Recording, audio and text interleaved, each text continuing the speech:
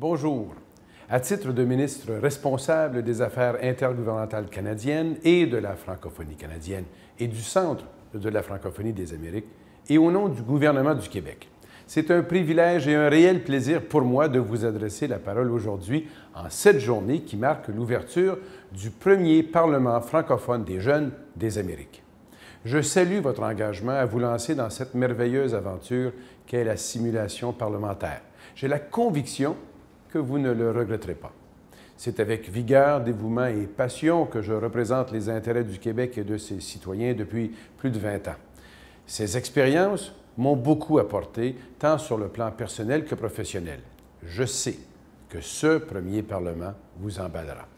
Votre Parlement est placé sous le thème « Penser la politique autrement, c'est l'affaire de tous ». Et il est structuré autour de volets parlementaires, médias, participation citoyenne. Tenant office de lieu de rencontre et de débat entre jeunes francophones des Amériques, le Parlement vous amènera à vous questionner et à réfléchir ensemble sur les grands enjeux, notamment de la francophonie dans les Amériques, de la démocratie et de l'engagement citoyen.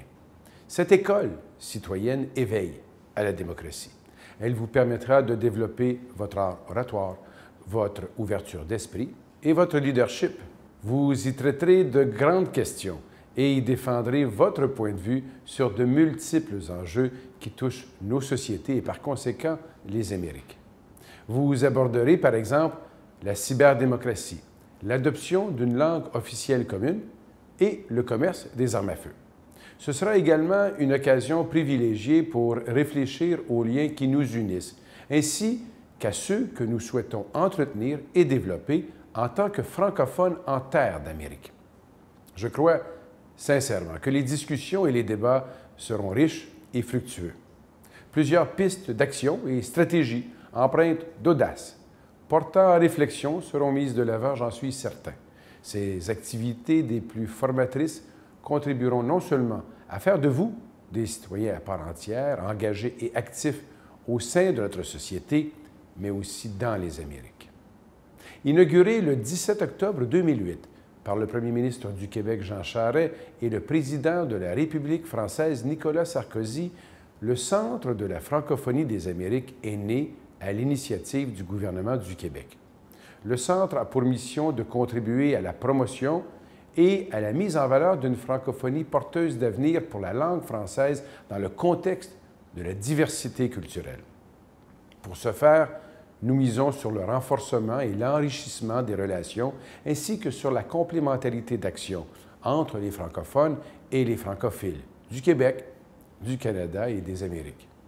Tel un phare, le Centre mise sur cette diversité culturelle et l'espace numérique francophone pour renforcer et enrichir les relations et les collaborations entre francophones et francophiles du Québec, du Canada et des Amériques. Il apporte une importante contribution au rayonnement de la langue française en Amérique. Les valeurs qui guident les actions du Centre sont la fierté et l'engagement envers la langue française et les cultures d'expression française. L'entraide, l'ouverture sur le monde, la créativité et l'innovation font également partie de ces valeurs. Ce premier Parlement s'inscrit donc directement dans cette mouvance. Je vous félicite de votre engagement à l'égard de la langue française.